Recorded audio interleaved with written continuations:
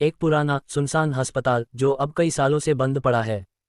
कहानी। राहुल और उसके तीन दोस्त अजय, संजय और मोहित हमेशा कुछ नया और रोमांचक करने की तलाश में रहते थे।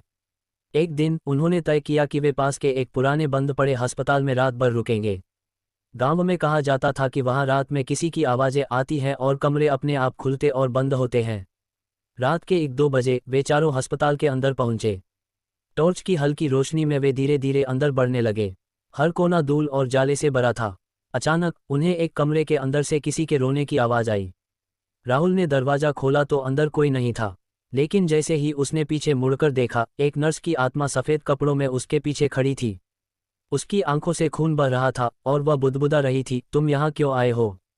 सबके होश उड़ गए। अजय चिल्लाया और भागने लगा, लेकिन रास्ता जैसे बदल गया हो। जो दरवाजा पीछे था अब वहां दीवार थी। मोहित की टॉर्च बंद हो गई और अंधेरा छा गया। तभी अचानक पूरे अस्पताल में एक साथ कपाटों की आवाज, चीखें और सीढ़ियों पर किसी के दौड़ने की आवाजें आने लगी। अगली सुबह गांववालों को अस्पताल के बाहर सिर्फ राहुल बेहोश मिला।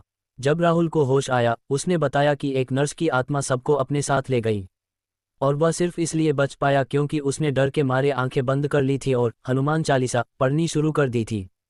आज भी अगर कोई उस अस्पताल के पास रात को जाता है तो किसी के रोने की आवाजें साफ साफ सुनाई देती हैं।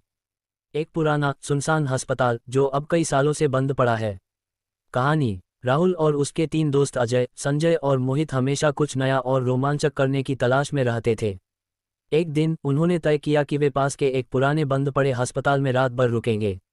गांव में कहा जाता था कि वहां रात में किसी की आवाजें आती हैं और कमरे अपने आप खुलते और बंद होते हैं। रात के 1-2 बजे वे चारों